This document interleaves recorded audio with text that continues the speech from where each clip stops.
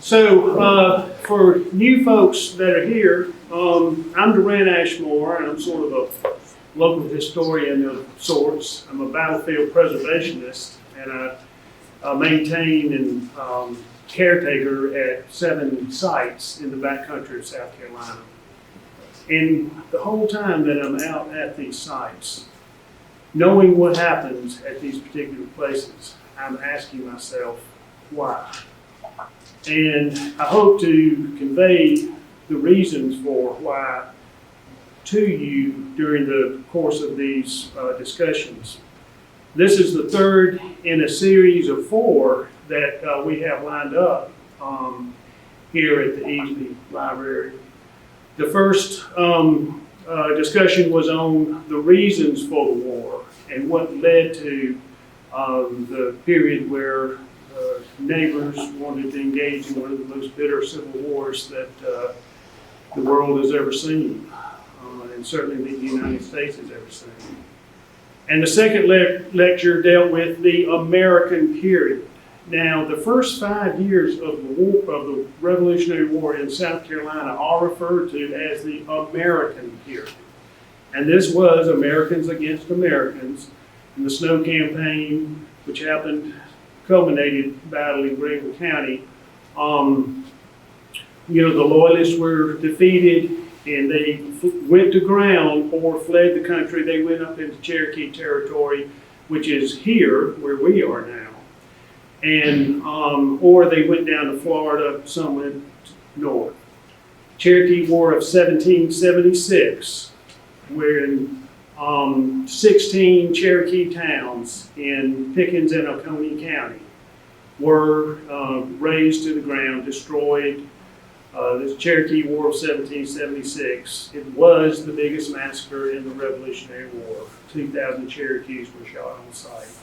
Their homes were burned, their orchards were chopped down, and their fields were trampled. And then there was really a relative peace in South Carolina for several years.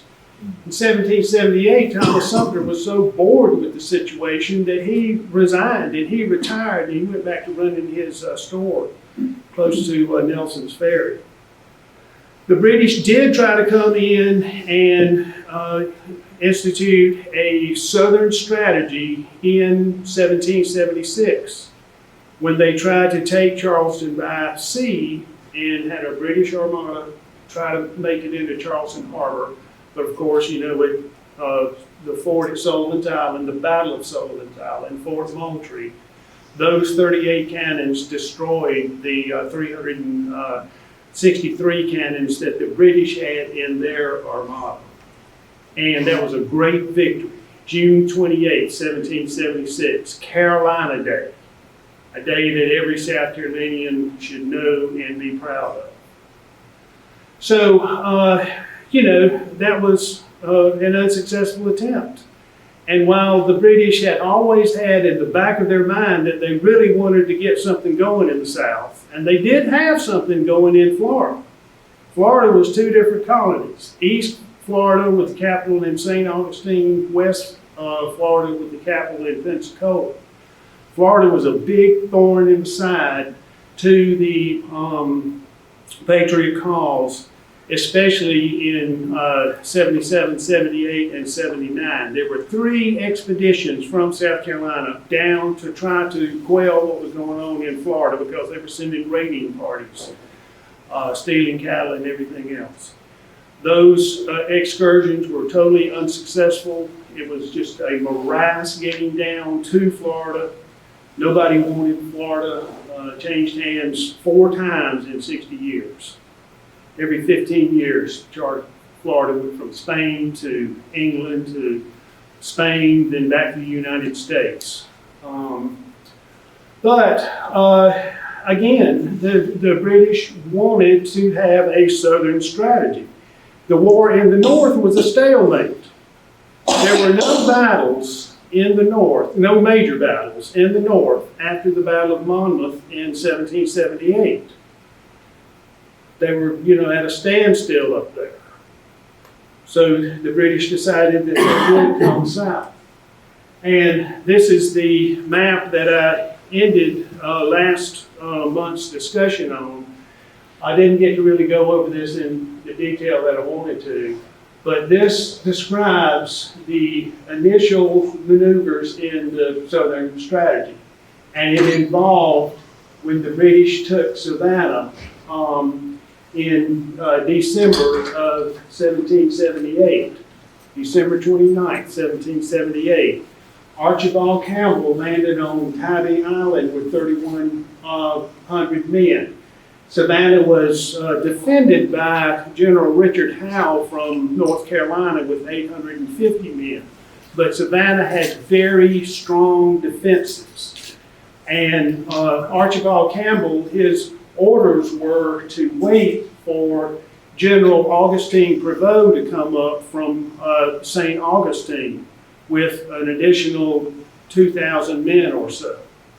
So Augustine Prevost was supposed to march from St. Augustine to Savannah, and back then they didn't have I-95, and it was a very difficult journey.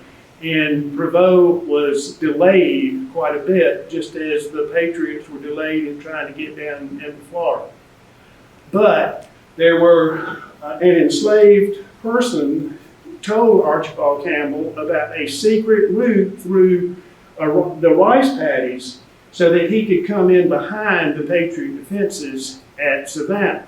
And Campbell did that, and he was able to take Savannah on December the 29th, 1778, and capture, the entire garrison. So now there was a strong toehold here in Savannah.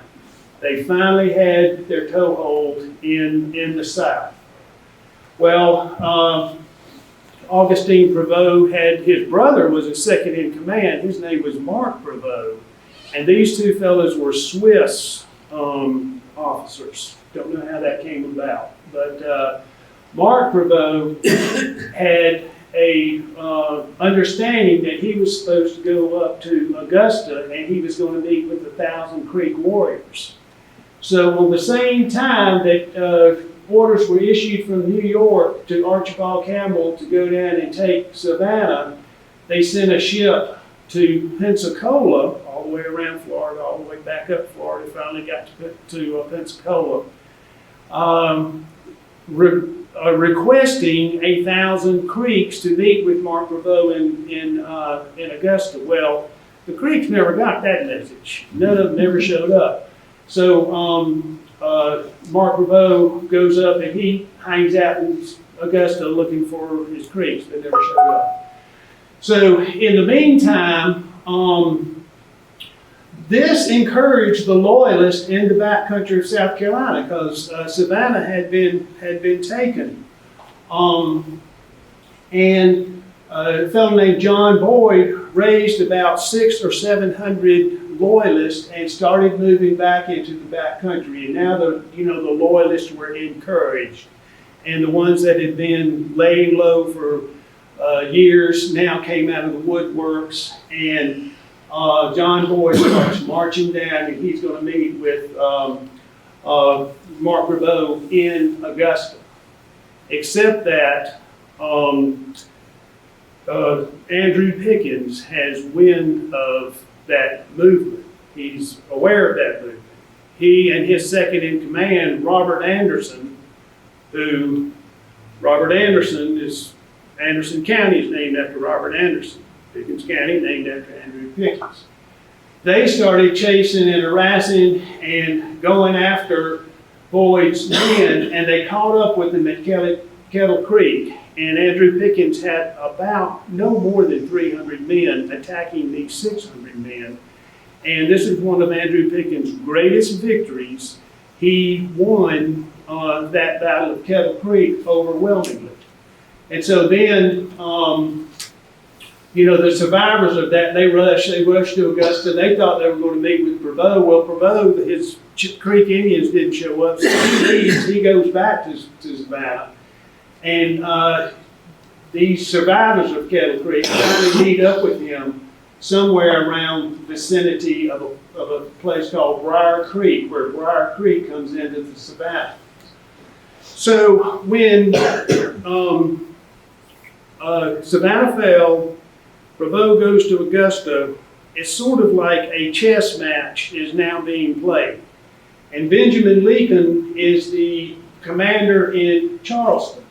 And he has about 2,000, 2,500 Continental soldiers, regular American patriot Continental soldiers. So he moves to a place where he feels like he can threaten Prevost or Campbell down here. And he goes to Perrysburg. And he dispatches a group, a couple of regiments or so, and they had to cross at Augusta and then come down and follow the Prevost and board survivors. And Lincoln was on this side of Savannah, and John Ash, a North Carolina officer, he commanded this group. And when they got to Briar Creek, the British had torn down the bridge over the river. And the British forces were the 71st Regiment of Foot. This is Britain's best unit, very much so. And you're going to be hearing a lot about 71st Regiment of Foot over the next course of today and next month's lectures.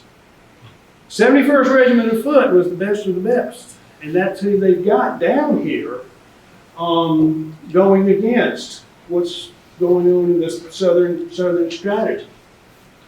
So Ash is sitting here on this side of the Briar Creek, you know, and Savannah River's on the other side, and he's trying to figure out how to get across Briar Creek. But in the meantime, Mark Prevost sends the 71st Regiment of Foot on a roundabout route, and they come in behind and attack the Patriots there, and it's an overwhelming victory. And John Ash, his brother Asheville, is named after him, but he was kind of disgraced from that point on. At the same time that was going on, Campbell thinks that, well, we know that Lincoln's in Perrysburg. Maybe there's a route right here to where I can go to Charleston. And so there was a force of 1,000, 1,500 men that came up through here, and they came all the way through. They were unopposed. And they came to the gates of Charleston, and they sent William Moultrie a letter saying, hey, you need to surrender. We're here to take over your city. And Moultrie says, no, I don't think so. And at that time, Lincoln starts moving towards the British and so forth. Briar Creek's already been lost. And the British who were attacking Charleston, they start to retreat. And as they retreat, they come to the Stono River, and they knew they were going to have a difficult time crossing that with an opposing army, Moultrie and his men coming close on their heels. They built a redoubt, you know, just a berm, if you will, a defensive structure. And John Maitland was left to defend that, while the rest of the group, you know, got across the Stono River. And Moultrie and the Patriots attacked that redoubt at Stono River, and it was a disastrous attack. And this was a British victory at Stono River, and several leading and important Patriots were killed at that time. So, when the British know they've got Savannah, it's another 15 months before they're really able to take advantage of that. And what they're doing is Henry Clinton, who's the overall commander of the British forces, he sends 8,000 men down from New York. And by the time he was finished with it, he had 14,000 men in South Carolina. This is a huge army. Now, the idea was for the forces from New York to sail down, you know, ship after ship after ship coming in and staying in Savannah. That was the plan. except that on the way down, there were torrential, terrible storms on the Atlantic, especially in the Outer Banks. There were like 5 storms, one after another. The fleet got dispersed and everything. It was so bad. Bannister Tarleton was coming down from New York with his British Legion and with his fine, fine horses. And in order to keep the ships from turning over and foundering, they had to throw the horses overboard. So that's how bad it was. And now Tarleton is coming all the way down here. He's got his cavalry and everything, but he doesn't have any horses. So the plan was that Clinton, after they regrouped, Clinton and his men sailed up to Edisto. This is Seabrook Island right here. This is the north shore of the Edisto River. And he lands there in February 11th, 1780. Tarleton, however, he doesn't have any horses, so he goes out, he starts raiding all the plantations all the way up through here. He's gradually, getting horses. And he goes to Randall's Bridge where he tries to get some more horses. William Washington is now on the scene. William Washington is George Washington's second cousin once removed. Now, Bannister Tarleton was Britain's best cavalryman. He was their #1 guy. William Washington was the Patriots' best cavalryman.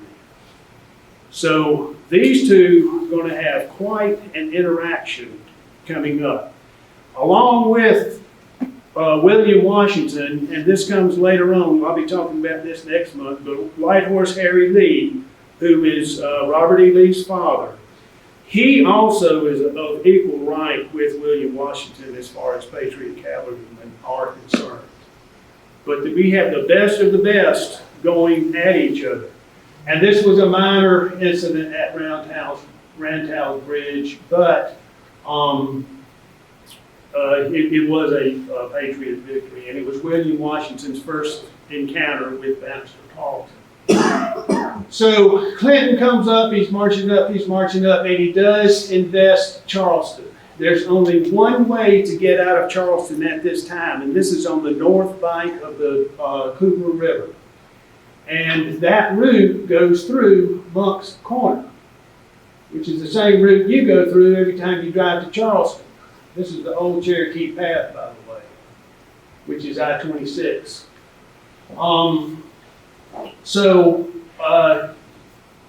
William Washington is there with his cavalry, 3rd Continental Light Dragoons, and he's under the command of Isaac Huger, who is a Continental French Huguenot. I'm not sure if he's a general at this time or not. Later on, he was a general. Huger is in command. William Washington, his horses are on the, I can't remember the river that's there. Well, that is the Cooper River, sorry.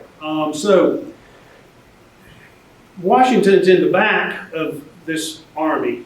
Huger has poor camp security.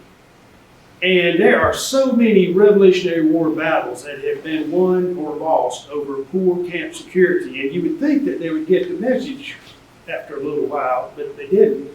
And Bannister Tarleton took extreme advantage of poor camp security. And Tarleton comes up and he wipes out the whole deal there at Monk's Corner. I mean, it's an overwhelming victory. And now William Washington has lost all his horses. That was on April 14th when Monk's Corner occurred, and now Charleston is absolutely sealed. There's no way out of that town. And the British start lobbing red hot fired cannonballs into the town and setting fires and all this kind of stuff. On May the 6th, William Washington has regrouped. Now he's serving under Colonel Anthony White, and William Washington's a lieutenant colonel at this time. they have gathered a force. They have gathered more horses. They actually had a successful foray where they captured about 18 British prisoners, and they were to take them across the Santee, which is 300 yards wide. I mean, it's huge. It's our biggest river. And they got there at dusk, and William Washington says to Anthony White, says, hey, you know, we got to cross the river. We got to be on the other side. We'll be safe over there. And White ordered Washington to camp right there. So they did that. They camped with the Santee to their backs. And they had Fort Camp security, and Bannister Tarleton came through and just wiped them out, and they had no escape except to swim across the Santee, and that's what William Washington did. On the other side of the Santee was William Buford's command. Buford had been sent down for Virginia with 350 Continentals, and he was making his way down. But as soon as he got to the north bank of the Santee and he looks across, and there's White and Washington and their horses on the other side of the Santee. But Tarleton attacked, and of course Buford saw this. And the survivors swam 300 yards across the Santee. So that was another terrible defeat. And William Washington was so destitute of men and horses and everything, he went to Halifax, North Carolina, and over the next 4 months, he raised an additional or a new regiment. He had some, maybe 20, 30 guys from his old regiment, but they got all new horses and men in Halifax, and William Washington spent the next 4 months training them. And he trained them well, believe me. So, on May the 12th, 1780, the Benjamin Lincoln, he realized, Charleston was burning down right around him, so he surrendered. And he surrendered 2,500 Continentals and 2,500 militiamen who were in Charleston, helping to defend the city. It was the greatest defeat in the Revolutionary War of the Patriot forces. That was when Charleston fell. And I've got this Battle of the Waxhaws as part of this campaign, as part of this series, even though this happened 2 weeks after Charleston fell. So the last person to get out of Charleston before it fell was the governor, John Rutledge. And he joined up with Buford, and he was traveling with Buford for a while. And Clinton and Cornwallis and Tarleton got word that John Rutledge was traveling with Buford. So they sent Tarleton after the governor. And Tarleton came through. He went to Thomas Sumter's home, kind of to harass him, if you would. Thomas Sumter was supposed to be staying at his home as a neutral, but he wasn't. He was out recruiting. Sumter's wife was there, and the household and everything. Sumter's wife was crippled. The soldiers, the British Legion soldiers, now we don't think Tarleton was with this, but his men were there, the British Legion. One of his men picked up Mrs. Sumter, took her out, and set her in a chair in her courtyard there, slipped a ham underneath her chair. He felt sorry for her that way, but anyway, the rest of Thomas Sumter's plantation was absolutely destroyed. And that really pushed Sumter over the edge, obviously, and that's why he became such a patriot throughout the rest of the war. So that happened on May 28th, and from where that incident happened, a little bit below Camden, all of a sudden Tarleton takes out after Buford and his command, and it's 50 miles away. And it's an amazing feat for a cavalry to cover 50 miles in one day, but Tarleton did that. And when he got there, Buford knew he was coming. They actually exchanged letters. Tarleton said he had 700 men. He only had about 200. Buford had about 350. But this was Buford's first battle, and it may have been his last, actually. He laid out his defense in a horrible way. He had 2 cannons with him, which would have been his most effective armaments. If it was loaded with grape shot and Tarleton was charging, you don't charge into grape shot. But Buford had his cannons on the opposite side of where his army was. It's like he didn't want his cannons to be captured, so he put them behind his lines, and they never came to the range. And then he lined up all his men in a straight line across where, the obvious field of this ensuing battle was coming. And Tarleton comes up, and Tarleton has one tactic and one tactic only, and that's to charge full speed ahead. And he was very successful. He was successful at Monk's Corner, successful at Lanús Ferry here. He was successful at the Waxhaws with that plan of attack, especially since Buford gave one of the dumbest commands of the entire war. Because he told his men, do not fire until Tarleton and his men are 10 yards away, and then open up on them and blast. So Tarleton and his men are charging, and they're not shooting. They have sabers. They're coming through, they're charging into Buford's line. 10 yards away, finally that volley is fired. I mean, that's half the distance of this room right here. Well, one of the biggest reasons that cavalry is so effective is the speed and the mass of the horse. And even if the horse is shot 10 yards away, it's going to bowl you over. You're going to be knocked out cold. 4 of Tarleton's men were killed in that initial volley. Tarleton had 4 killed. Tarleton's horse was shot and killed and fell on top of Tarleton during this war, during this battle. So, we have the legend of Tarleton, that he does not give quarter. He kills people after they've surrendered. But Jim Pycutch has done an extensive timeline of this battle.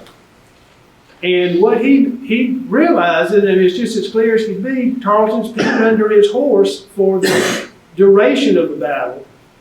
When the Patriot forces see that they are absolutely getting overwhelmed, on the far end of the line, they raise a white flag, present it to George Hanger, who's Tarleton's second in command, and George Hanger says, I can't accept that. I'm not the commander. You'll have to give it to Tarleton up there. So when was the white flag raised? And also some folks see a white flag raised, they quit, and then they see the flag come down, so they start fighting again, but they get killed. Were they killed after the white flag? Jim Pycutch has said that there were 5 Patriots killed after the white flag was raised at the Battle of the Waxhaws. So Tarleton became, the bad guy. I mean, it's so easy to unify everybody over, some evil bad guy, and that's what Tarleton was made out to be. Some folks say it's propaganda. It was smart, blaming this evil fella here. That's what happened at the Waxhaws, and that's where Tarleton got such a horrible reputation from that. So I wanted to show you this. Within 3 weeks of the fall of Charleston,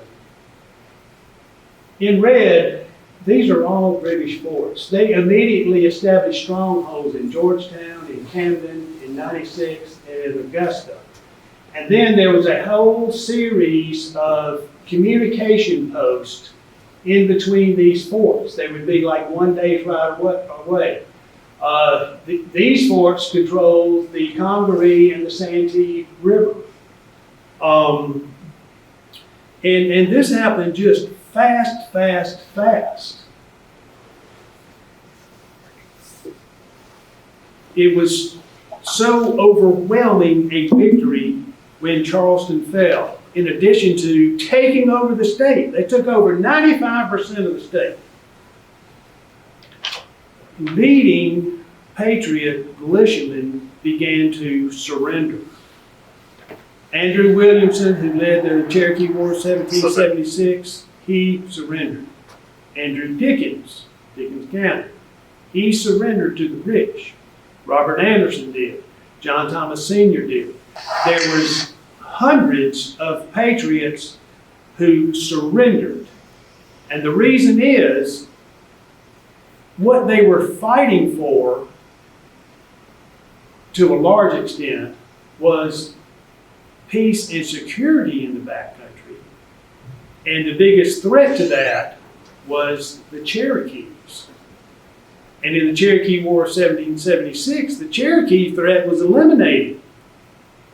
So now, Andrew Pickens, for instance, says to the British, if you can protect me, if you can give me the security that I seek, because he lived in Abbeville. His house was in Abbeville at this time. I will lay down my arms and I will not fight against you. I will remain as a neutral. And this also is about the same time that Henry Clinton issued his June the 1st proclamation, where he said to the militia, if you lay down your arms and you go to your homes and you remain there, you will be treated as neutrals. And so many of them did. The 2,500 Continentals that were captured in Charleston, they wound up on prison ships, which was a horrible, horrible tragedy that the British committed. But the 2,500 militiamen were all paroled. They were all pardoned. They were sent to their homes to lay down their arms. And, you know, a lot of people say, oh, well, the war's over now. Might as well go home, might as well surrender. Then Henry Clinton issued his June the 19th proclamation.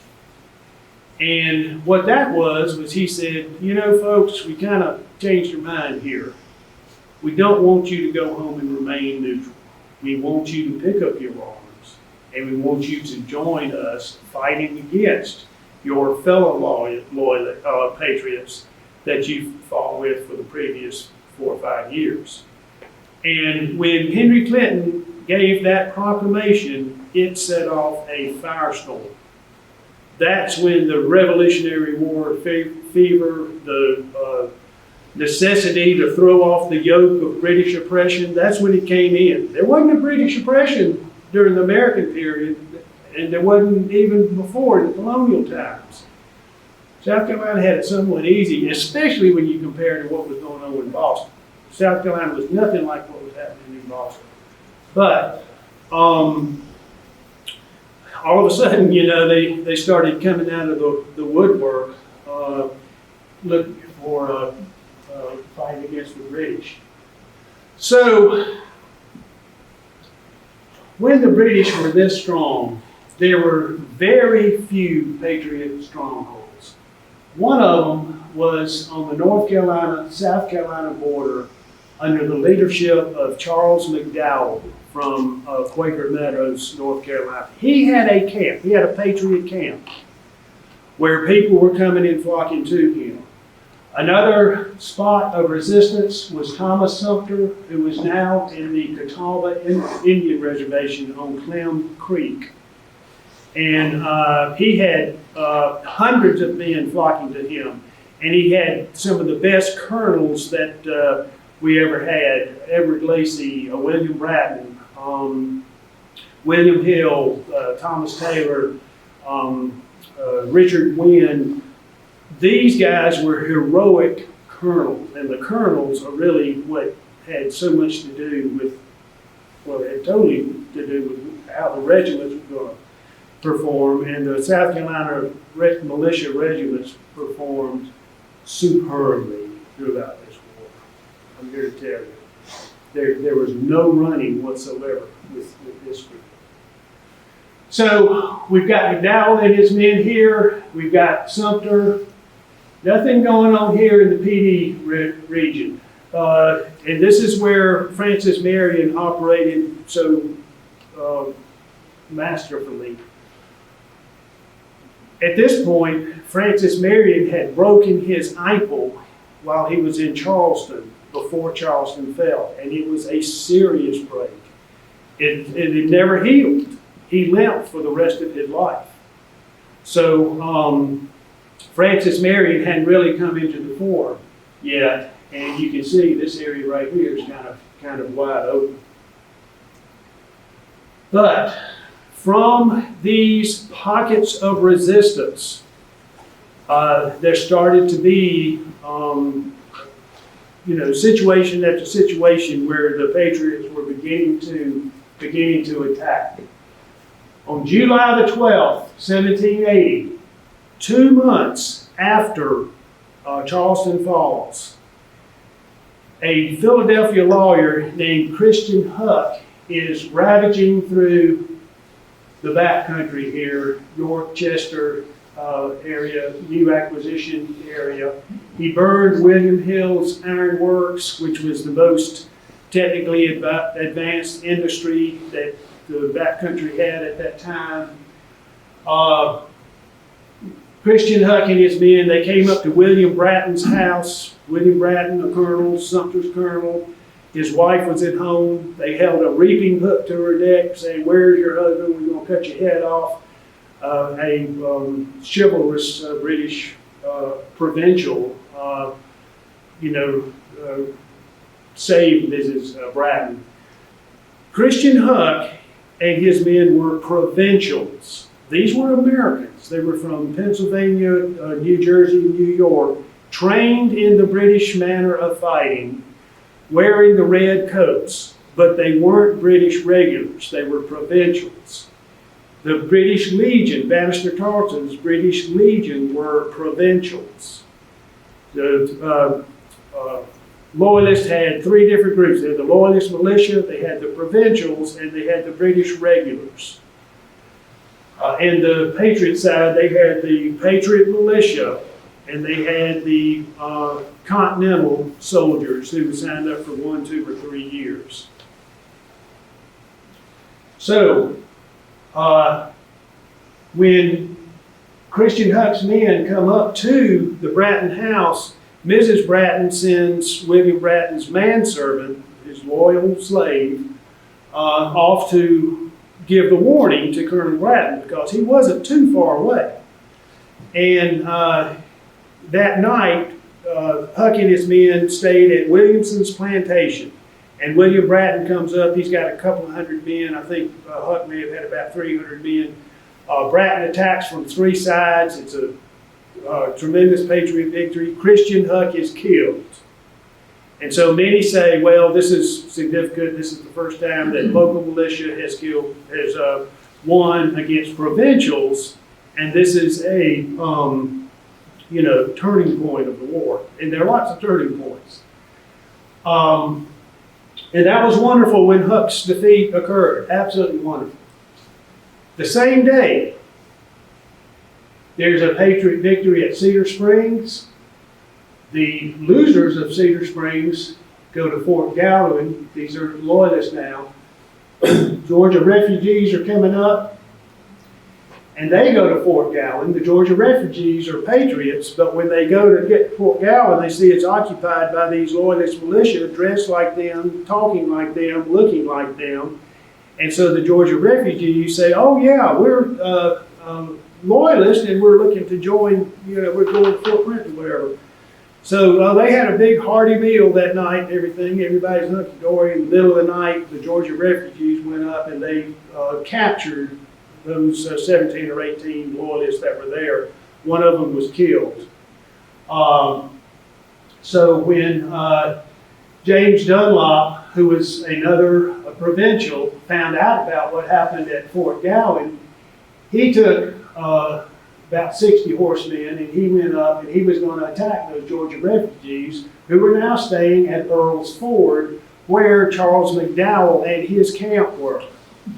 But James Dunlop, the loyalist, thought he was just attacking 15 or 20 men. He goes up, first of all, terrible camp security.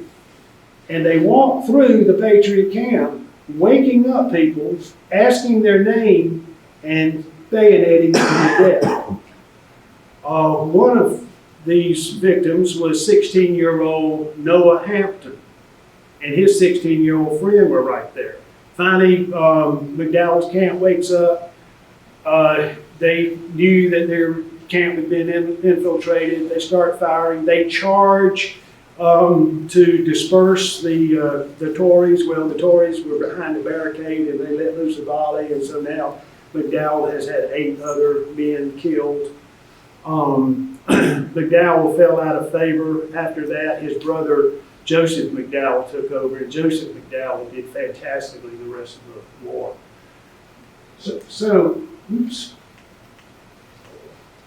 So what I've just described is 4 days of fight, running gunfight in Spartanburg County, covering 40 miles.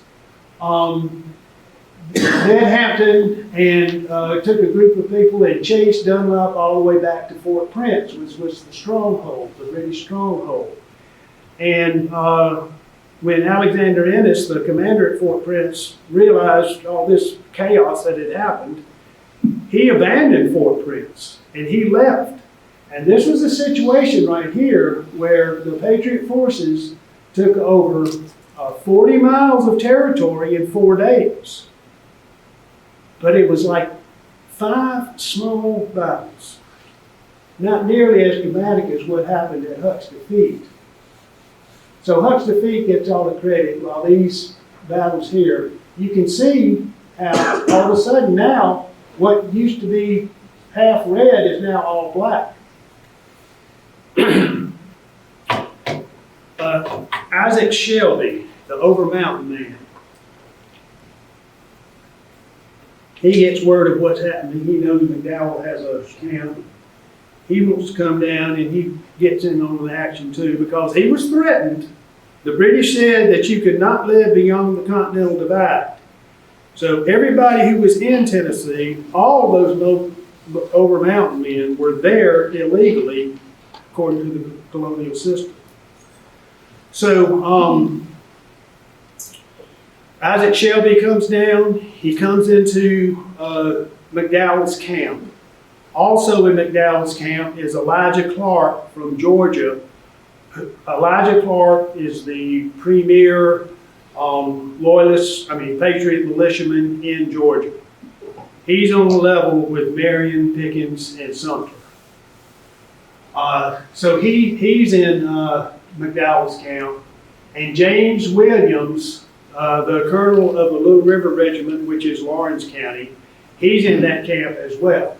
And they get word that there's 100 to 200 loyalist militiamen at Musgrove Mill, which is about 40 miles away. And so they leave and come down and attack Musgrove Mill. Well, what they didn't know is the previous night, Alexander Ennis, who was at Fort Prince, now he's got 300 militiamen, and he's stopping over at Musgrove Mill. And there's 500 at Musgrove Mill, 500 loyalists. Shelby and his men, Williams and Clark, they ride overnight, and they get right to Musgrove Mill at dawn. And as soon as they get there, they are informed that the Tories, the Loyalists, were reinforced overnight. And they're like, what do we can't turn around and go back. Our horses are just about dead. They were stuck, so they decided real quick to build a defensive breastwork out of fallen trees and rocks and stuff like that. And so they had this defensive shield set up, and they had the 500 loyalists down at the bottom of the hill, so to speak. And they're like, well, what do we do now? Then Captain Shadrach Inman, who was absolutely one of my heroes, he volunteers to take 8 or 10 men and charge at the British. And he does that, he charges, he gets just within musket shot, shoots him a bird or whatever, turns around and goes back. Nah. And the British were like, what's that crazy fool doing? He did it once, turned around, comes in, he does it a second time. That didn't work either, so he does it a third time, and by now the Loyalists have really got their dander up. And so they are going to charge after Shadrach Inman, because no fool's going to mock them 3 times in a row. And they start marching up towards this shield of 200 militiamen there. They did not know that they were there. And when they got 110 yards away, they realized that the breastworks on the top of the brow of the hill right there were, covered with Patriot militiamen. So they stopped and they shot and they fired. They fired a ball from 110 yards away, and they were using muskets. And a musket is real accurate to about 80 yards away. But at 110 yards, it hardly does anything. And then the British kept marching. And I assume that they were loading as they were marching, but they may not have been. And the battlefield at Musgrove Mill is an old Indian agricultural land, and it's irregular, very irregular. And so as one group was marching down a hill, the other was struggling to get up, and then they just lost their cohesion. Still marching until they get 50 yards from the Patriots behind the breastworks. Well, at 50 yards, the Patriots let loose their volley, and it was absolutely devastating. Alexander Ennis was shot in the neck, and he was unhorsed, and when he went down, the Loyalists lost all cohesion, and this was a great victory which happened on August the 18th of 1780. Well, that was a good victory, but it was hardly enough to compensate for what happened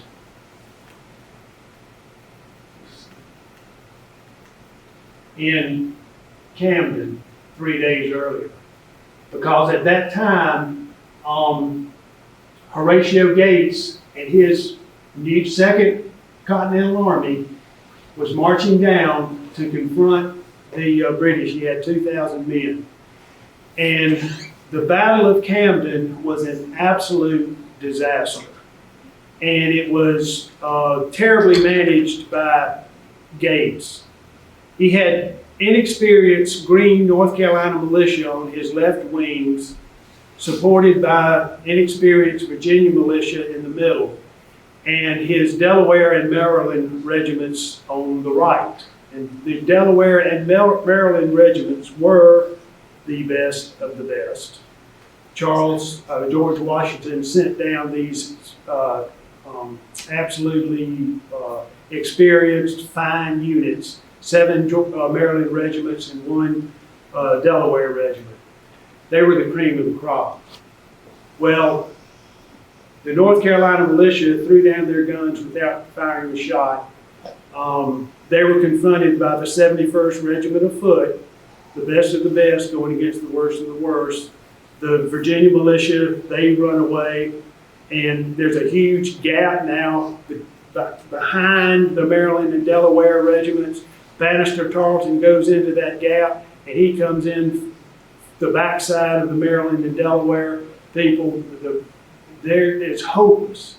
So they start running through the swamps down there to get away. Half of the Maryland and Delaware people are captured. That was an absolute disaster. As bad as Charleston was, Camden was bad or worse. And 3 days after that, Thomas Sumter is terribly defeated by Bannister Tarleton for camp security at Fishing Creek. So that's really how bad it was. That's the lowest point for Patriot forces, period. But the victory at Musgrove Mill, which happened at the same time as the fiasco at Fishing Creek, was a ray of hope and gave hope to the Patriot forces. Again, that's, I think I went the wrong way. Here we go. So this just shows you, the before Musgrove Mill, the forts that now had become Patriot.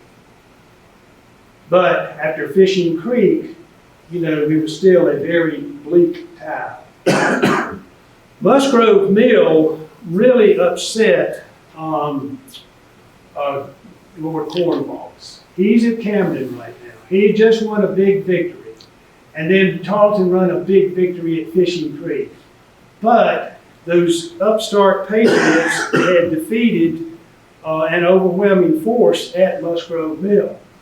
So he orders Patrick Ferguson at 96 to march and cover his left flank. Cornwallis all along wanted to go to North Carolina after he subjugated South Carolina. So now he's moving up towards Charlotte. He sends James Weems on a retaliation mission. How dare those Patriots fight my men at Musgrove Mill? And James Weems burned a 50-mile swath, 10 miles wide, up into the Shiraz. And this is in response and retaliation for what happened at Musgrove Mill.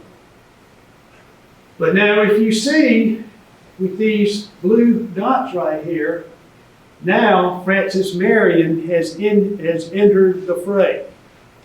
His foot has finally healed enough to where he can gather his men and lead them.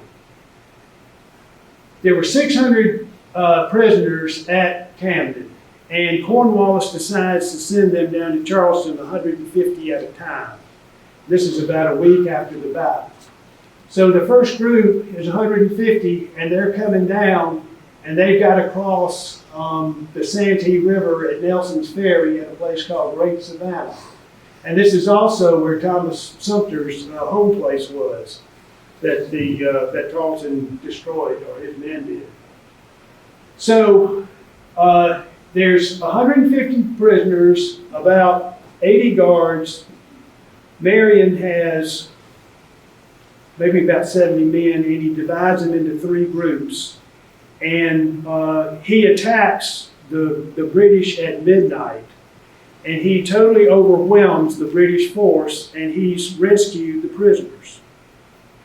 So this is how bad it was. This is how despondent the state of South Carolina was. Of those 150 prisoners that he rescued, there was only 3 men who joined his band. 85 of the men says, no, the British have won. We'll just stay as prisoners. We'll just, we're not going to go with you. Those men wound up on prison ships. 60 of them said, well, we're going to continue to fight, but we want to join with Gates. And so they left, and they went up towards North Carolina. But none of them ever made it anyway. But that's how bad it was. But then Sumter started having, victories, and he's besieging Georgetown, if Sumter really had it in for Georgetown, he attacked it 4 different times. So,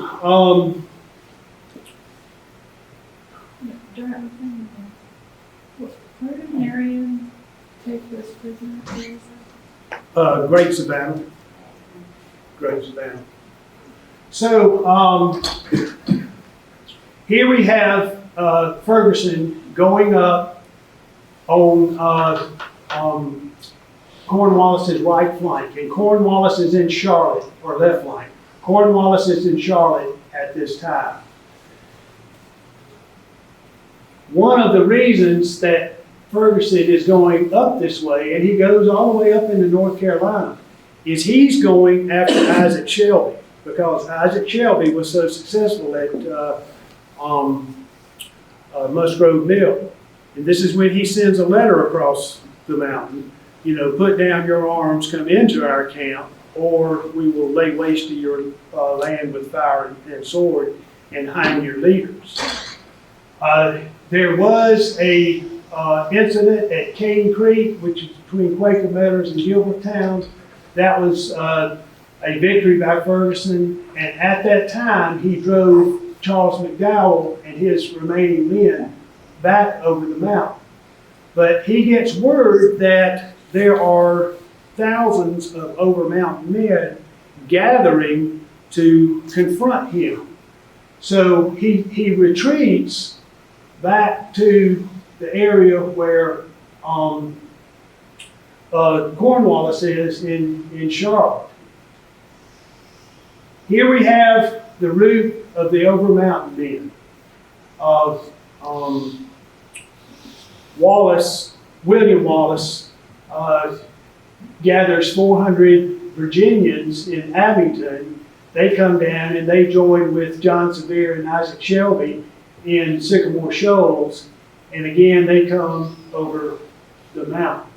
Now, Benjamin Cleveland, Joseph Winston, several others, William Graham, they collect roughly several hundred men in a little town called Elkin, and they start moving down towards, and they join up with the over mountain men at Quaker Meadows.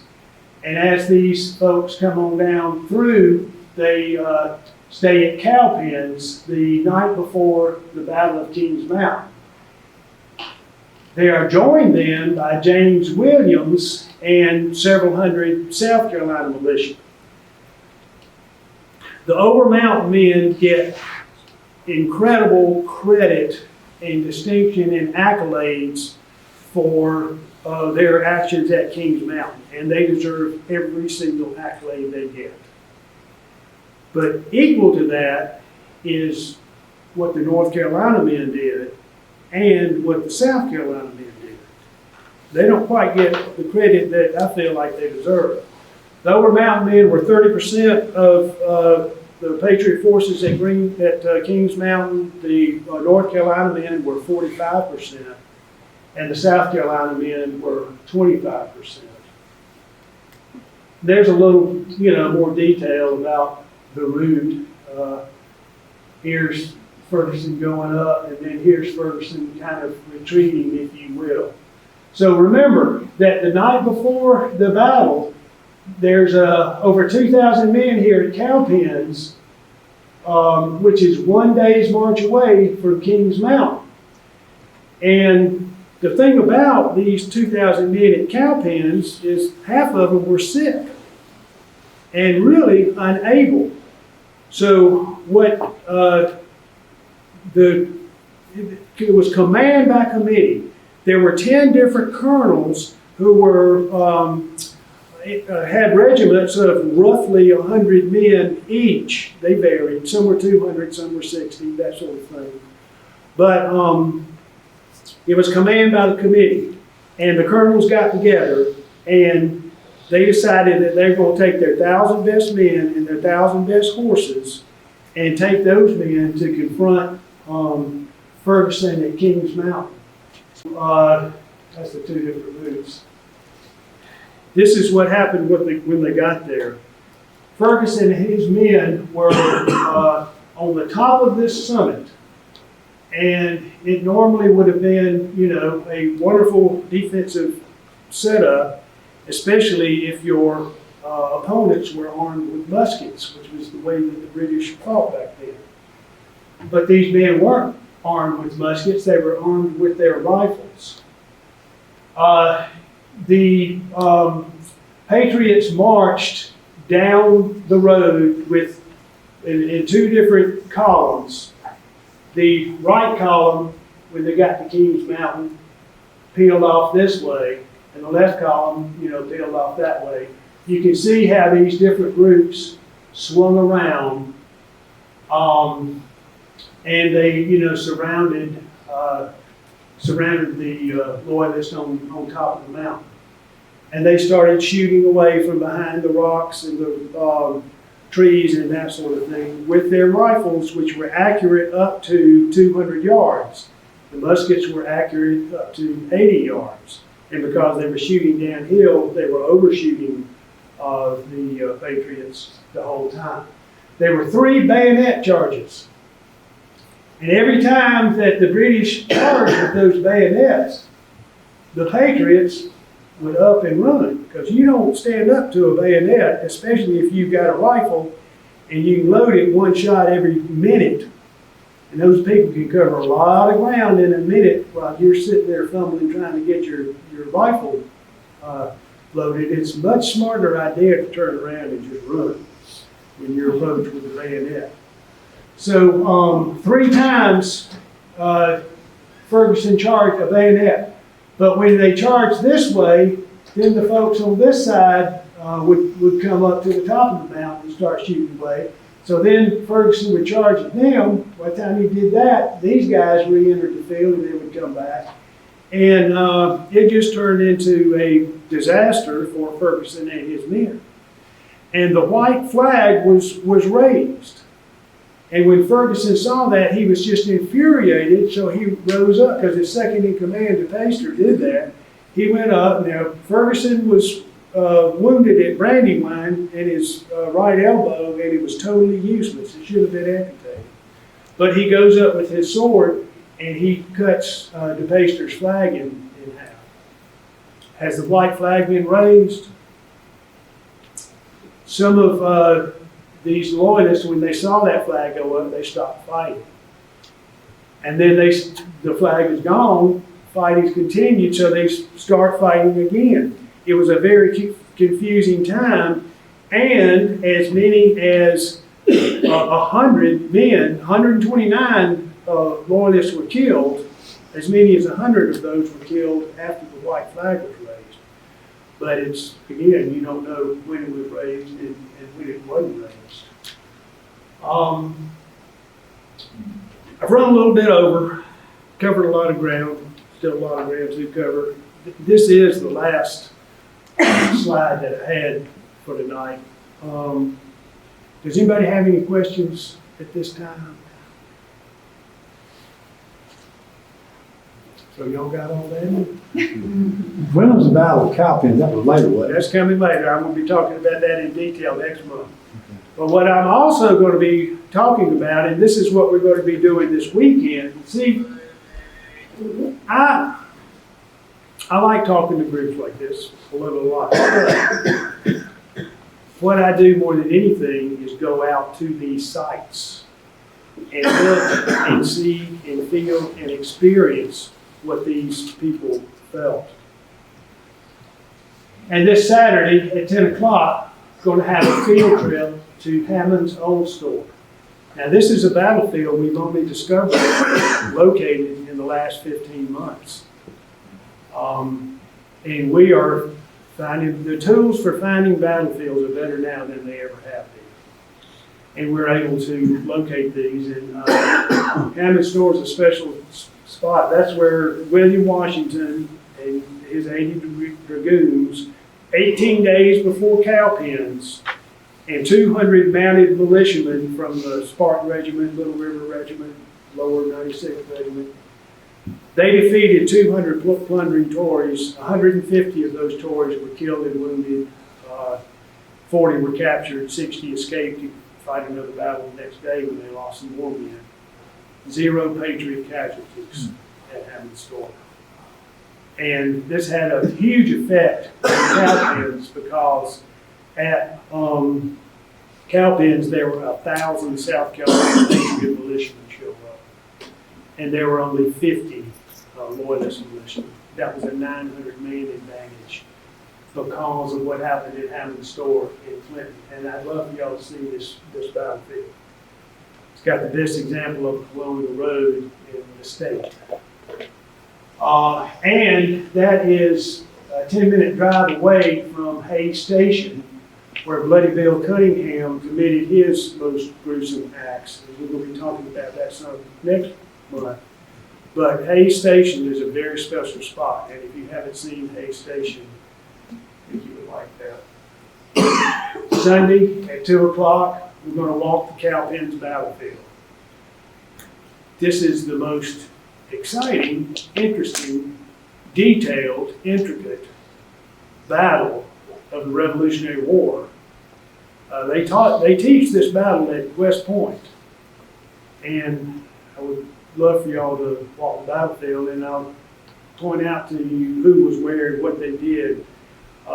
Incredible scene at the very end of that battle where William Washington and Banastre Tarleton had a sword fight amongst each other. Next Saturday at 9 o'clock, we're going to be doing a celebration of Andrew Pickens and his life. We're going to meet at Old Stone Church to begin with. And then we're going to go to his home site of Hopewell, the site where he was critical in the winning of the Battle of Seneca, and Fort Lutwidge, which overlooks the Battle of Seneca. This is all on the Clemson campus. So if you're not friends with me on Facebook, you probably need to be, and that way you can keep up with the different activities that